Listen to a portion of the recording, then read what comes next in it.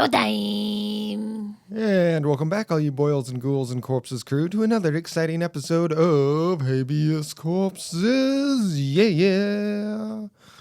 Bam. This title of this episode is The Hair. And it is titled The Hair for a reason. And it's green. Because it was a green hair that I found in my food. Yes, we do have movies to talk about today and other events, but we're going to open up with the hair. Lacey, I have a question for you. Yeah. Do you ever have a hard time? Okay, they shut up. Do I ever have a hard time with what? Well, I was going to have to shut up. Do you ever have a hard time with people taking you serious because of your hair color? Only crotchety old white men. Oh, isn't that the truth? Lacey's been getting either lots of compliments on her vibrant green hair. Or lots of shitty compliments. Yeah. I've never had that before. Where it's either shitty or very complimentary. Mm-hmm. And it seems like all the females compliment your hair and the guys don't like it. Yeah, man. Guess what, dudes? I didn't do it for you. So you don't have to like it. Keep your comments to your fucking self. I don't point out your fucking nasty pot bellies hanging out under your shirts or your greasy ass pony nubs. Let's keep our comments quiet. Yeah, the fellow who made this comment he's quite a character. And I knew as soon as you told me and I went and figured out who it was, I was like, yeah, I can totally see him saying something like that. But back to this green hair situation. So my hair sheds any color, by the way. We're eating, okay? And I go back for seconds. Because it was really good. It was really good. It was good. Potatoes and meatballs and... Swedish meatballs. Swedish potatoes, because we're gluten free. And I'm having a good dinner, and I even tell Lacey, man, this is really good. And I'm just chowing down, eating way more food than I actually should be. And I went back for seconds. Well, on the second helping, I literally wanted to throw all my food up. I made a hair with a meatball around it. No, not a meat. Well, yeah. And the gross thing about it is I sliced half of the meatball with my fork, like, shoop, and went to pick it up, and the other half of the meatball came with it, held together by 3 strands of hair. It wasn't 3. No, it was 2. I looked right at it. This is why I was so disgusted, is it was keeping the meatball sections together. And I literally wanted to throw up. So gross. And you're like, is that a hair? And I'm like, okay, come on, Midsummer asshole. You know you put that hair on there on purpose. That's why they're Swedish meatballs. Ba-dum-bum. Yeah, exactly. From that freaking movie. You had it all put together. I just pulled a hair out of my... Mm-hmm. And this hair is holding these 2 pieces of meatballs together, and I look at it, and it's a green hair, and I look at Lacey, and I'm just like, you mofo. Let's hope that you didn't consume any hair up to that point in the dinner. Yes, because I wanted to literally throw up. I was like thinking about running into the bathroom and puking all of that good food up, which is not good food anymore. Because I'm one of those people that's very particular, and if like some people can remove hair from their food and just move on with their meal, other people can remove worms from their food and move on with their meal. If I find hair in my food, I'm done. I'm just done. I remember at Beto's once, I had a whole burrito, and I'm sitting there, hadn't even touched it, and there was that little piece of hair. And I was like, this is disgusting. And I threw the whole burrito away. And I think... Hair's as bad as poop when it's in your food. Yeah, it's just... You've had poop in your food? No, I'm saying like it's as gross as poop. Like when hair's on your head, it's not gross, but when it's in your food, it's like poops in your food. Yeah, it's nasty. Marcus, you've had poop in your food? Like I was about like, tell us this story, man. Because that is fucking gross. No. But yeah, so that's why we're titling this The Green Hair. You should have put The Green Hair. I hate that thing. I'm putting as few letters as possible. It's like one of the movies we're going to talk about today. Something in something. Because there's a poison coffee. Oh, yeah. The hair is in the food. Oh? You were just to start the episode out, I really want to talk about kind of how this week's unfolded, because it's been the week back to work from Christmas break, holiday break. Week sucked. Monday sucked. Totally sucked. Tuesday sucked. Wednesday sucked. Thursday kind of got back into the motions, and Friday was good. But Thursday, I got exposed to COVID in a very bad way, which I haven't been knowing. Like, I haven't known that I've been exposed in a very bad way like this before. Probably, I mean, we're all exposed every day. The last time we did, it was when things were really picking up, and we both had to quarantine for a couple days. Yeah, we did. And this time was literally gentleman at our work that I had hung out with all week. No masks, either one of us. Well, he wears a mask, but he wears it like...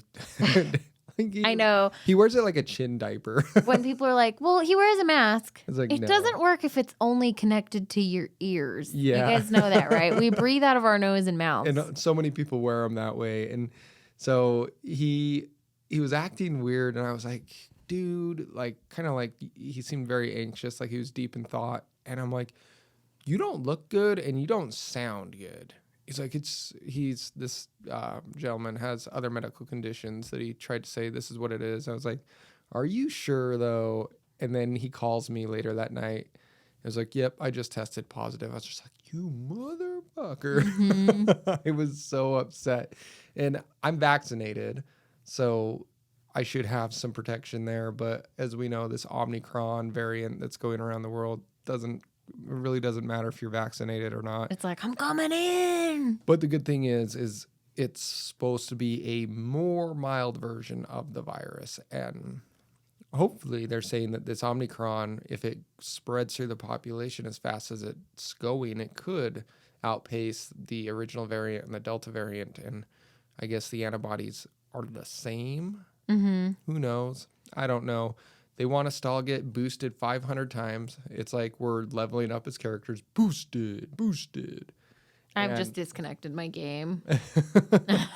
And now in Salt Lake County, we're under another mask mandate for the next 30 days. We have 28 days left. No, it went in place yesterday. So every store I went into... Right now until February 7th. Yeah, every store I went into was totally normal. No one was wearing... The same people who have been wearing masks are wearing masks. And the store I went into, it wasn't enforced. Mm-hmm. And this was just the gas station that I'd gone into. I was in a little Walmart today and I didn't see any. I saw the employees wearing them, but they've already been wearing them. I think that they're supposed to. Mm-hmm. I think that's like a store company policy. Yeah. But very, very few, maybe like one or two people there had them on. Other than that. Yeah, and no, it doesn't seem like any of the companies are really enforcing it. I was like, fuck it. Bring it on. You didn't wear a mask? I was like, I had a mask I've been wearing masks prior to this for about the past 2 weeks. Yeah. Religiously on stores I go into. I was kidding. I had a mask. I was like, what? And I mean, and we were talking about this earlier, like these mask mandates are actually pretty damn silly because the people that you mandate masks, but then everyone's going to wear whatever they want just to get through the mandate. And you've already told us that cloth masks are nearly worthless. Like, they might do a little bit. Yeah. And that's the majority of masks you see out there's cloth and surgical. I wear an N95 mask everywhere I go, or KN95, but they say those are the masks that you need to be wearing, and that's what they've been saying. But no one's going to wear those. And the people that are wearing those have already been wearing them for the past 3 weeks since Omicron's really taken off here. Yeah. So it'll be interesting to see if the mask mandate does anything. I don't think it will. I don't either. I honestly don't. I think it's just going to keep on keeping on. Same here, but we've been wearing our masks. Taking the shit out of our vitamins. Yes. Eating meatballs with hair. Yeah, those hair fibers or whatever, they add to the protein. The immunity of our insides. That's what it does for you. It's true. And you had a story. This is a sad story, but it made me. It's funny. Bust It's up funny because laughing. it's not happening to us or happened to us or anybody we know. Yeah. So tell the story. Because it's not actually funny. No, it's not funny at all. But it made us I laugh. laughed because it's like. I thought you were like making this up, and then you were like, "No." I was like, "What?" So there's a lady in Texas who shows up to get tested for the Rona. And she's like, hey, my son needs to be tested as well. And they're like, well, where is he? And she pops the hood of her trunk. And she's like, he's back there. He already tested positive, and I'm trying to isolate myself from him. So he's 13 years old. And they were like, well, we need to get him out of the trunk, ma'am. And she was like, absolutely not. No. And they were like, well, we can only test him if he comes out of the trunk. Like, and so they got him out of the trunk, then immediately called the police. Like, it's pretty terrible. I thought you had mentioned in the story that he was dead. No. I thought he was dead. God. I thought he was dead. He's okay. She's been charged with endangering a child. Sadly, this is why I'm not a parent, because I would do that get shit. in. If like if they just like had the shits, I'd be like, get in the trunk. I would tie you, like, if we were going to get both. We're like, you needed to be tested, and I felt pretty confident I didn't. I would just tie you to the roof of the car, or put you in a little like one of those little red wagons and attach you to the rear. Yeah, I don't just need to be bungee tested. cord I'm me. feeling good, but the girl back there, The bitch in the red wagon. What do you mean the wagon's gone? Whoops. she's not back there anymore. You're like on I-15, just on the side of the road. And I'm like blindfolded and bungeed, like. Yeah, man. Yep.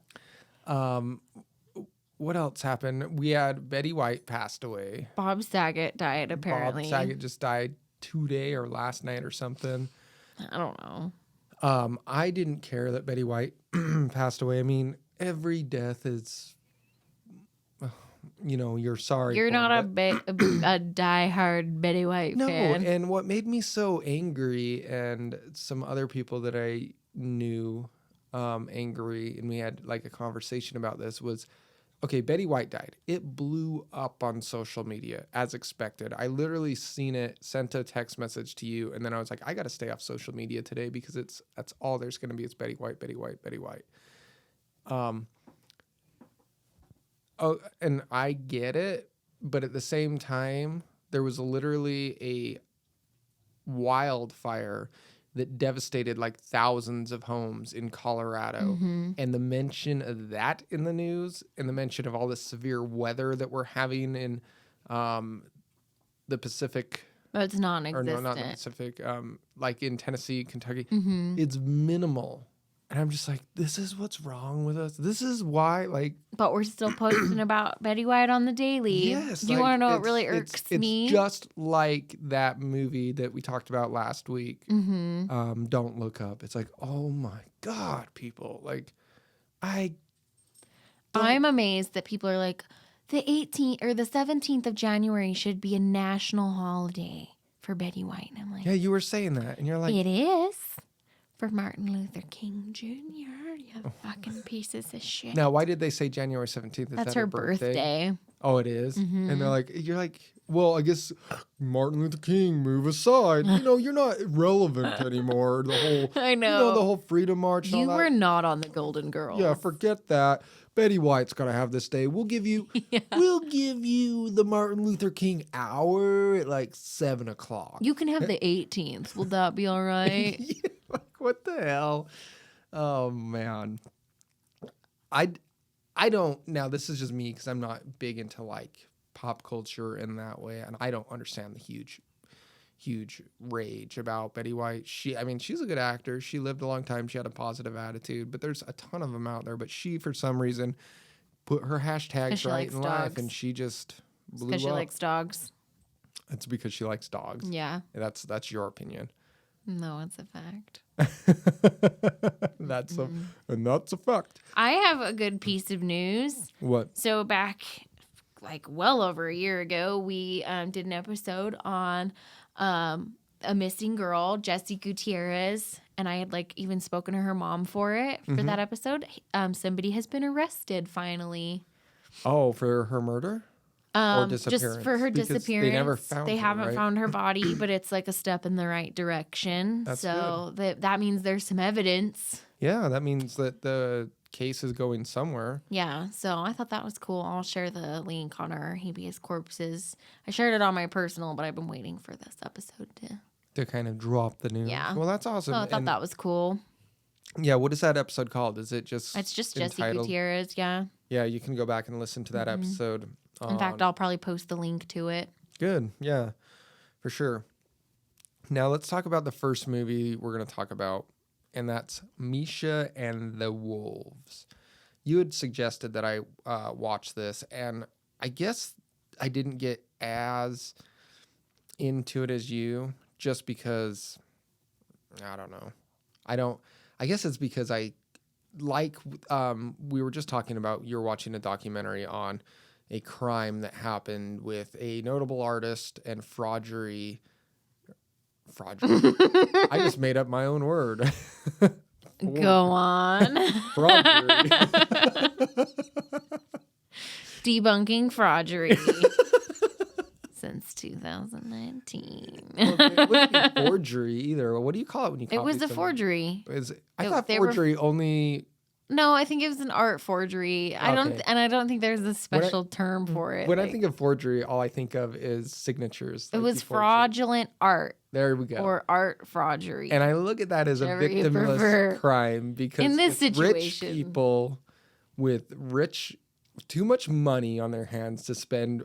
Like some of those paintings, like it was just like a square. I didn't watch the whole. It was just in and out, but it looked like abstract art with some just. It was like, abstract art from the 50s. Here's some paint splatter. My favorites were the ones that were just like, it was like a red, the background of the canvas was red, and then there'd be like 2 purple squares. Yeah, and it's like, here's $20 million. My beautiful heart is sitting back there that I painted last year, and nobody will fucking touch that. And a couple of squares are gonna go for $20 million. Yeah.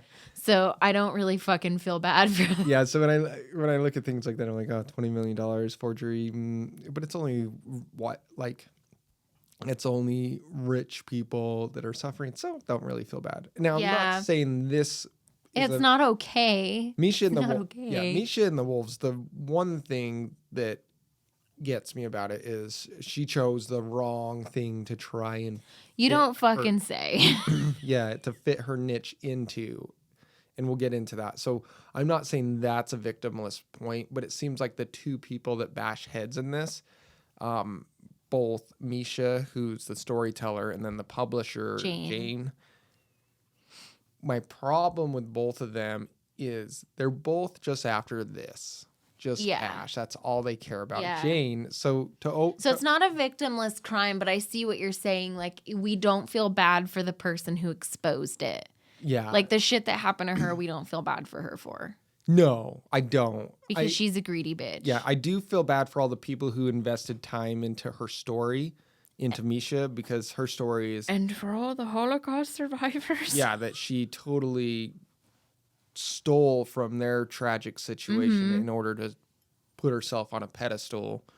And everyone who looked to that story as like, oh my God. But I also have to say, anyone who believed that story, come on, guys. I know. I'm like, the first half of it, sure. Do you want to give them what Misha and the Wolves is about? They wrote a book, and the book's name. So let me just tell you what Misha claims her story is. Yeah, let's go with that. Okay, so Misha gets up at a synagogue one day and she starts telling her story of survival from the Holocaust. She says that her parents are... Real quick, this is in America, right? After she's in America, okay, yeah. I think she lives in Massachusetts.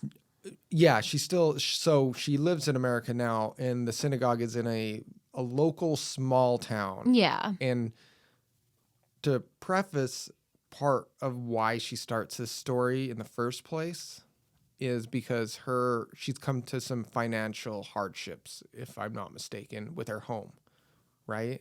No, her husband just encourages her to do it. And then she starts saying that she's having financial hardships. Oh, yeah. Maybe she was having them. I just know a bunch of the local townsfolk started That giving came them money. afterward. Okay. Yeah, So, that came afterward.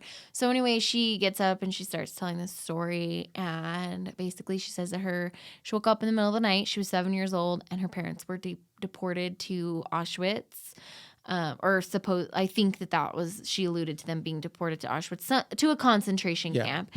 And she was hidden away in a Catholic family. So that's a real thing that did happen back then. It was called the Hidden Children. And so they saved lots of children that way by putting them into Catholic families who were willing to take care of them and, raise them, and even beyond the war, because a lot of the parents did not come back. So anyway, she says that this happens to her, and she is really close with the grandfather in this family, and he is showing her where Germany is because they're in France. And it looks very close to where she's at on the map. And he's got a compass, and he's saying it's just to the east. So she fucking packs up a knife, some water, some grub, and a compass, starts heading to the east, little 7-year-old girl, and starts heading to the east, and eventually comes upon a pack of wolves that let her into their pack, and they're feeding her and taking care of her, and she's raised by wolves until the end of the war. And that's her story. Yeah, and it's published under the title Misha, a memoir of the Holocaust years. And her name is supposedly Misha de Fonseca, I think. That's how you say it. Yeah, I'm not even going to try. I'm the worst at pronouncing names. Fraudery.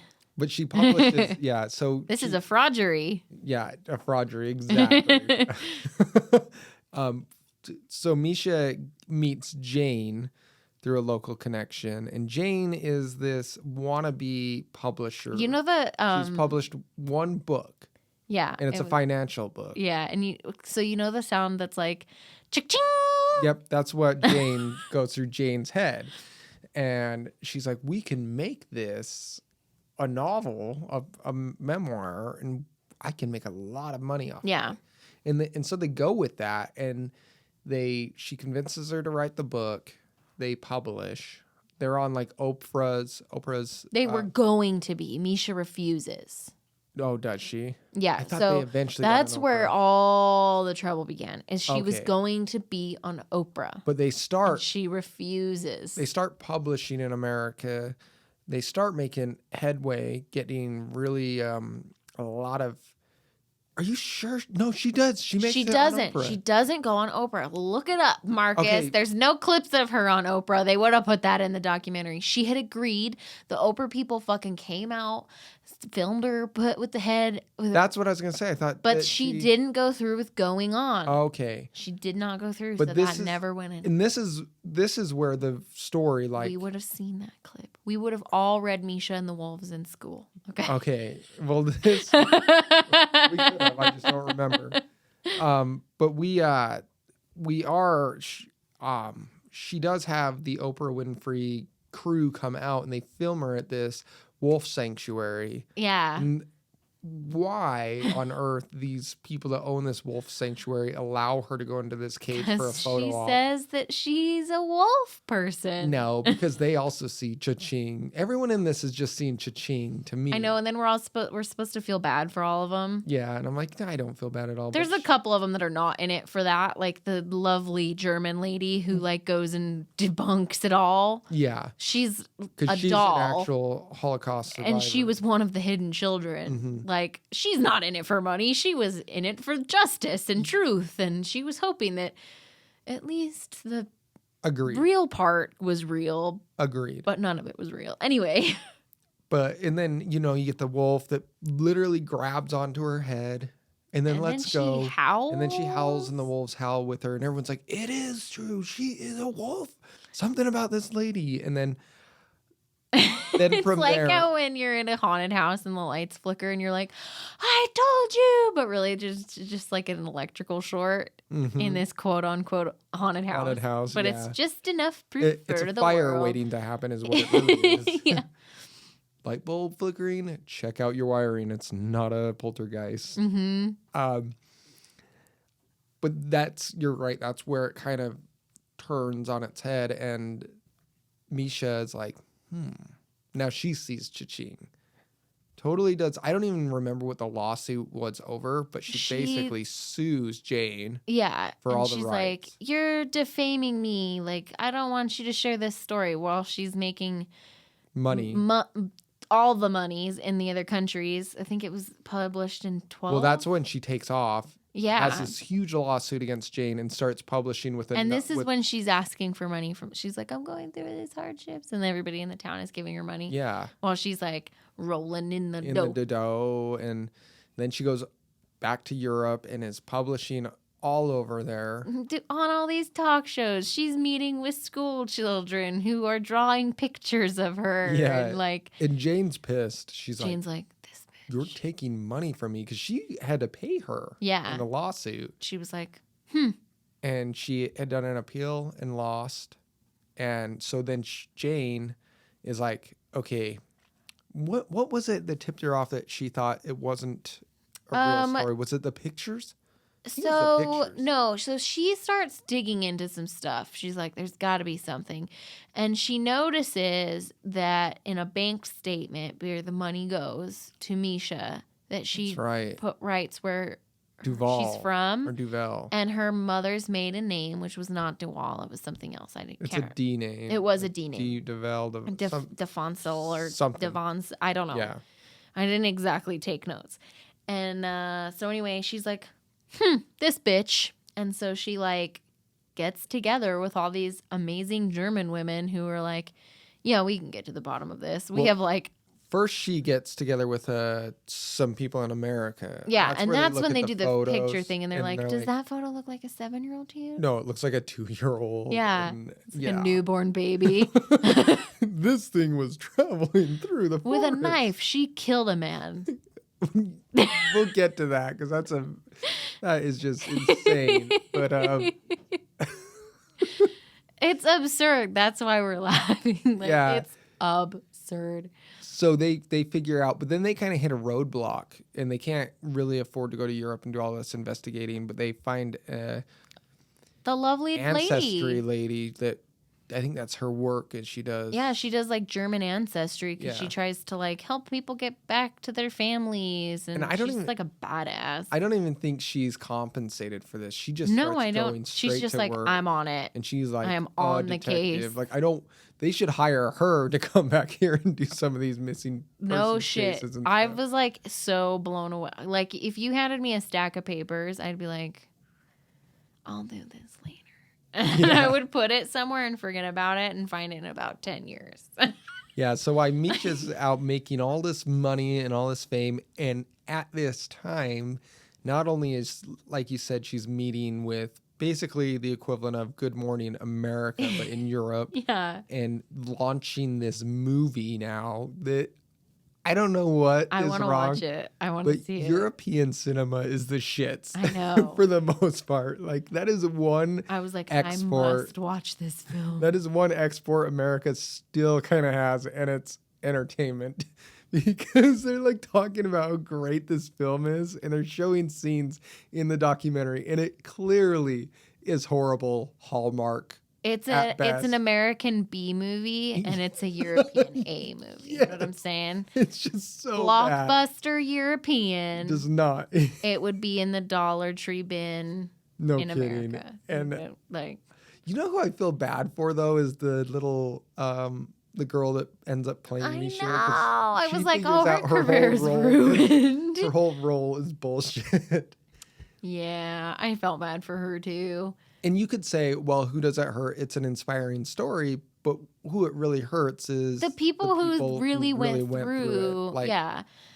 And like, okay, so I'm going to skip to a bunch of stuff, and I'm basically going to spoil the end because I don't want to go through this movie this documentary, like, you know, over every single detail. I do recommend everybody go watch it, but I am going to spoil the ending for you. So if you want to know how the rest of it goes without me telling you, go watch it. You nervous or something? I'm fucking cold.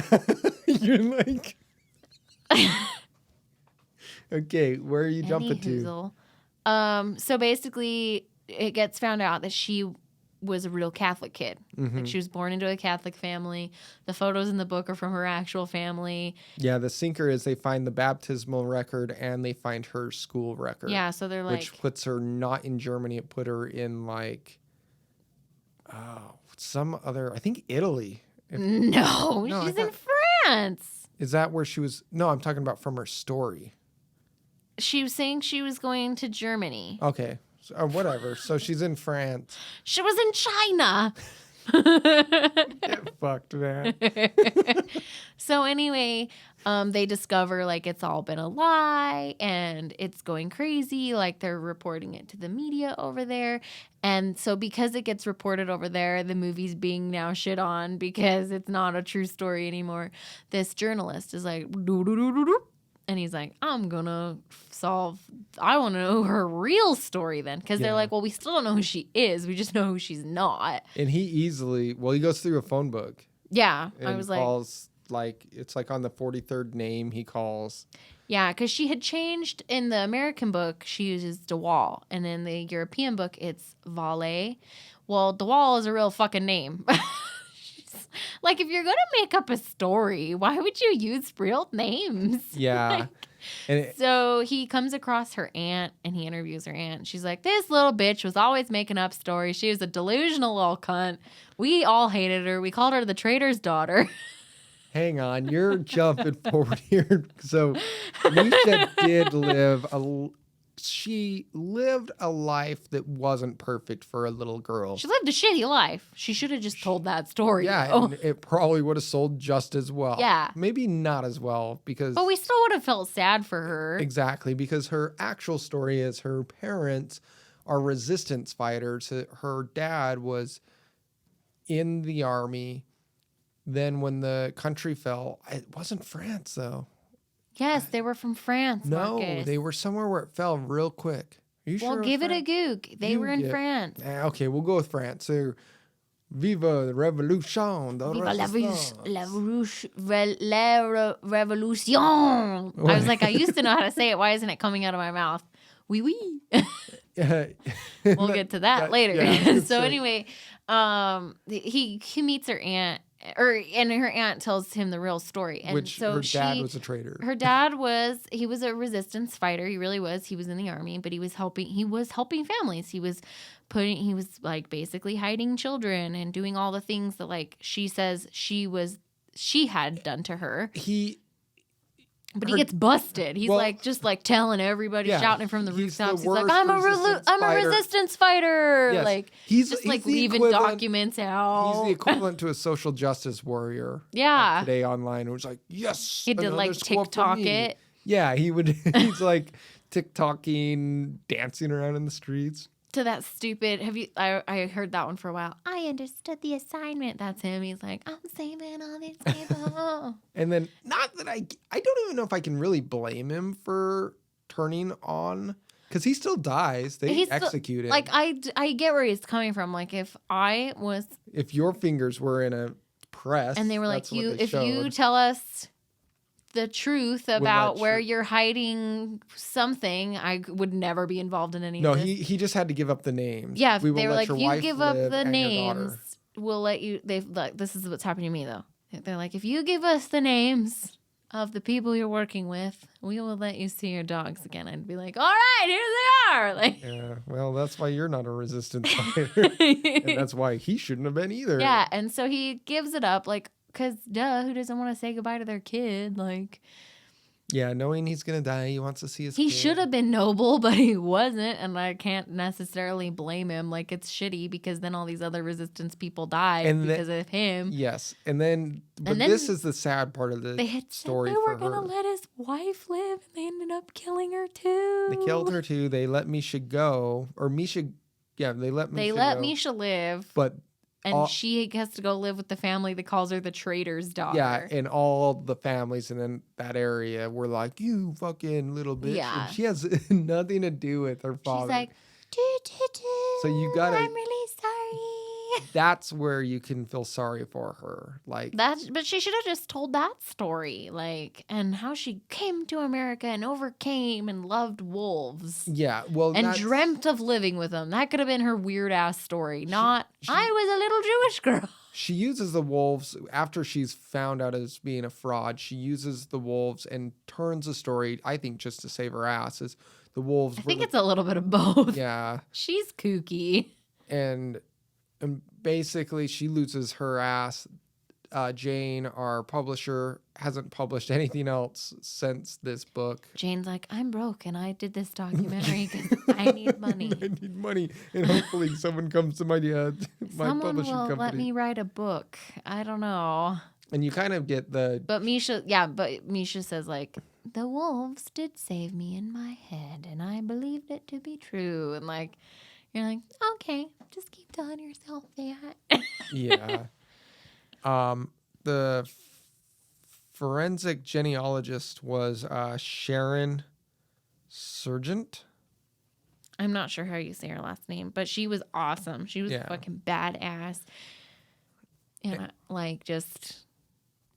and so sad too when she's like saying, she's like, I felt betrayal for myself. Mm-hmm. Because this was my story. This did happen to me. And I felt terrible. I felt betrayal for all of the other children that this did happen to, all of the parents, and then everybody who fucking died. And it was like, yeah.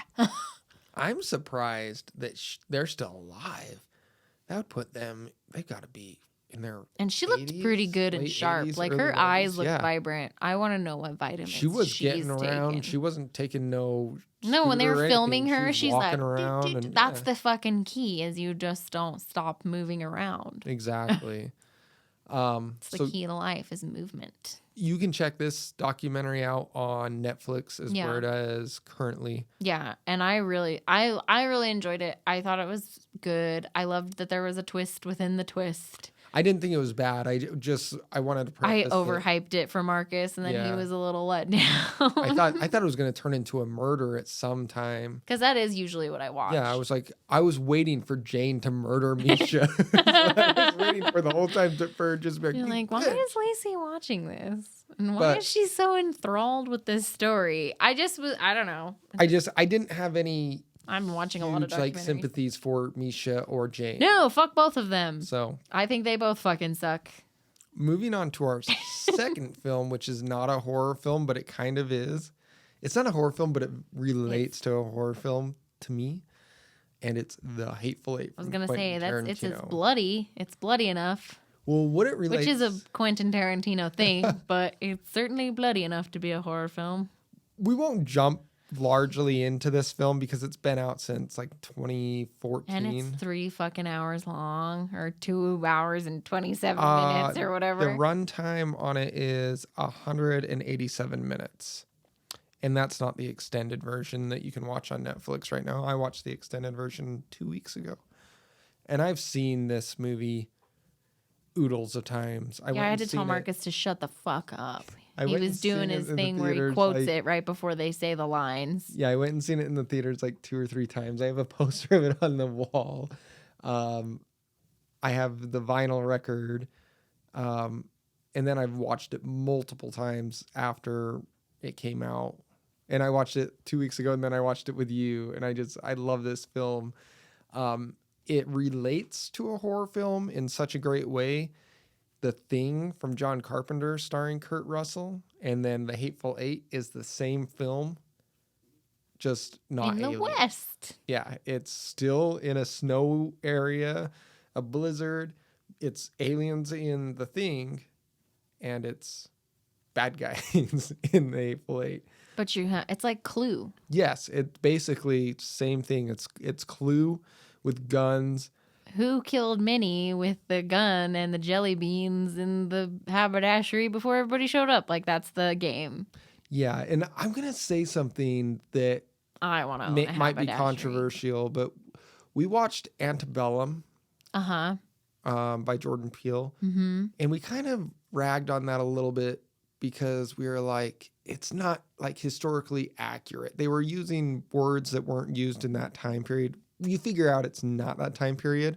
But if they were going to, like, they're letting men rape women. Yeah. But we won't say words that were being used. Yeah. And the word we're portraying to is the N-word. Yeah. Now, they didn't use it at all in that film. And it's not like I'm like, you got to use the N-word. I just like it to, I think it's like historically inaccurate when you don't use it. Like, no, you got to show how bad that word is and how disparaging it is, not just sweep it under the rug like it doesn't exist.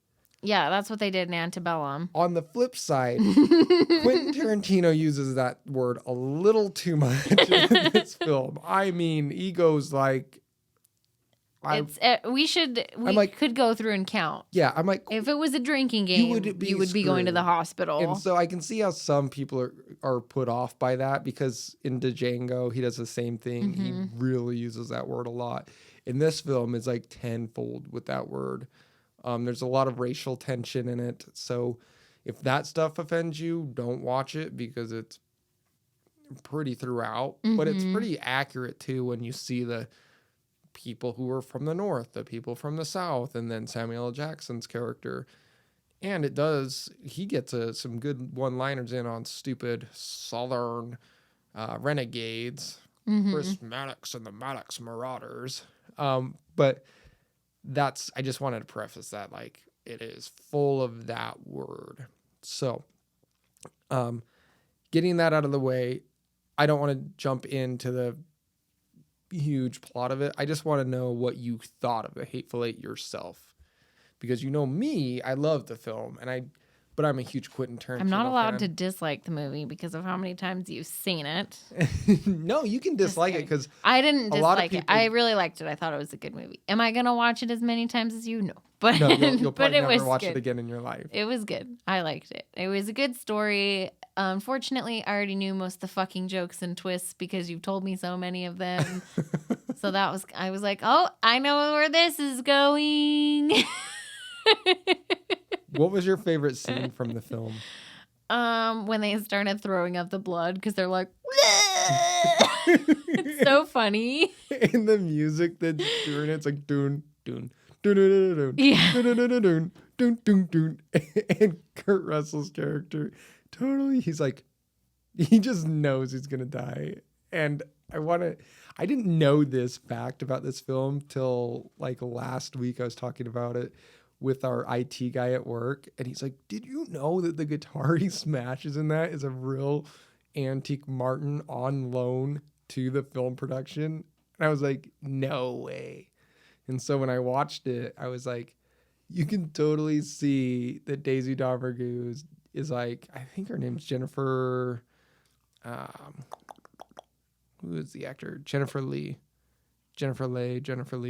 I don't even know what she's from. I actually want to look up what she looks like outside of this. I think she's actually kind of pretty when she's not all bloodied gross. up and gross. Oh, yeah. She's 59. She looks good for 59. I look okay for 25.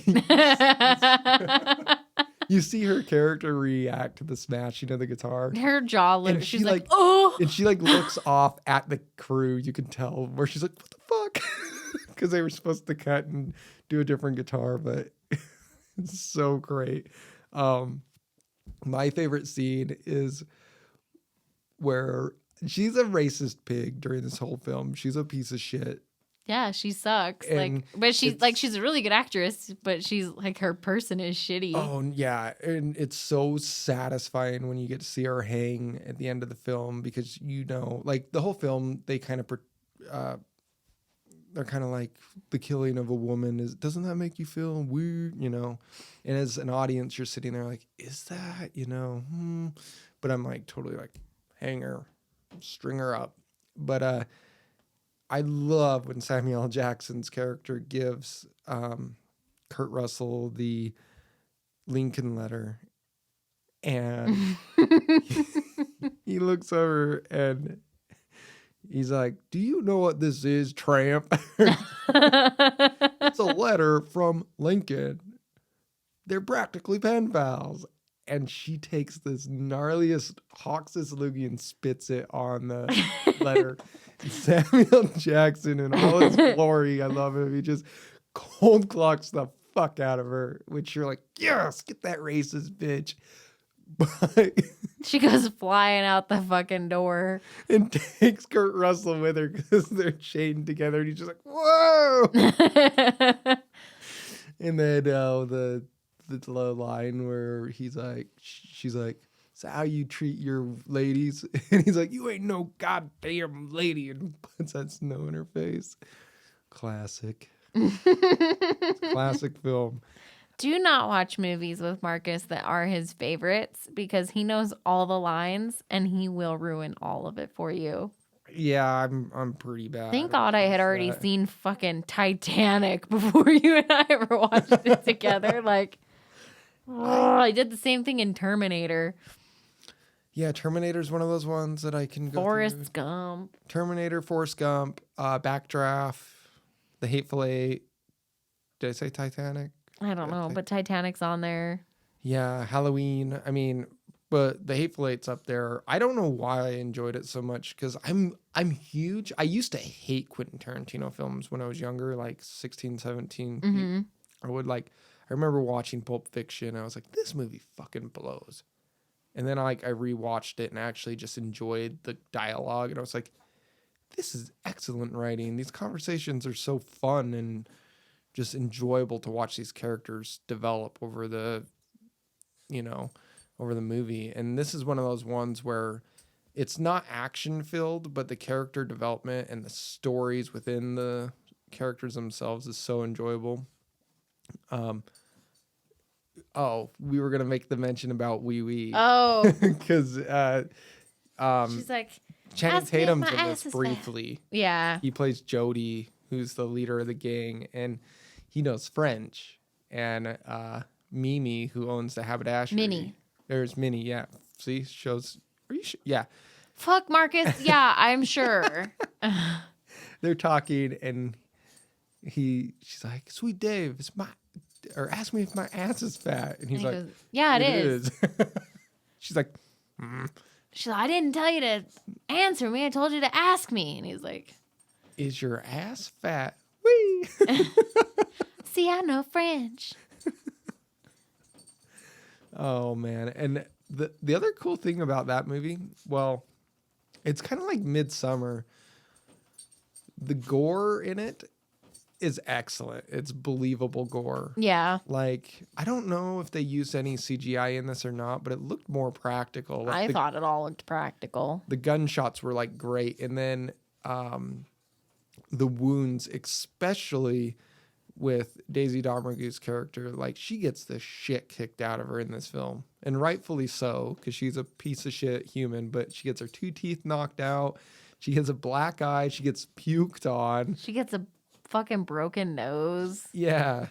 And then then she gets hung. Like, there's no mercy. Yeah, and poor I'm gonna forget his name. Who's the actor's name that plays Oswaldo Mulberry? I don't know his name. I just know I like him in Quentin Tarantino films. IMDb. Come on, where are you, sir? While Marcus is looking that up, I gotta say, Gizmo is so cute right now. Tim Roth. Trying to scratch an itch. Tim what? Tim Roth. I just know him from this and other films. Like, he's in Pulp Fiction as well, and but he's in Reservoir Dogs, and he totally gets shot in the gut, and then he gets shot in the gut in this film. It's like, it must be his thing. Like, how are we gonna kill you this time? Shoot him in the gut. Like how Bryan Cranston loves to be filmed in his fucking tighty whities. I didn't know that. It's like his thing. Have you not seen Malcolm in the Middle? Yeah. Okay, and you saw Breaking Bad. Yeah. He's always in his undies. Those are the 2 series. I haven't seen him in his undies. In some of his movies, he's in his undies too. And why would they make that a thing in 2 series, Marcus? Maybe you're probably right. I'm not like debating it with you. Yeah, you are. No. Get out of here. So, anyways, if you want to enjoy 2 films that'll really really entertain you, I suggest you go watch Misha and the Wolves and the Hateful Eight. And make some Swedish meatballs while you do it. With green hair included. Do you want green hair in your meatballs? How do we make this a Dr. Seuss book? I don't know. Like green eggs and ham, green hairs and meatballs. Green hair. I do not like green those. hairs and balls. I do not like green hairs and balls, Marcus. Yeah, no kidding. I do not like balls in my green hairs. On that note, seriously, you guys all have a safe time out there. Don't get caught in COVIDs. Don't get sites. Stuck in a trunk. Yeah, please don't do that. And don't throw your children in trunks. Be nice to each other. Be kind. Enjoy your week. And we will talk at y'all later. And wear your mask if they ask you to. Yes, do that. But wear an N95 mask. One that's actually going to work. See ya.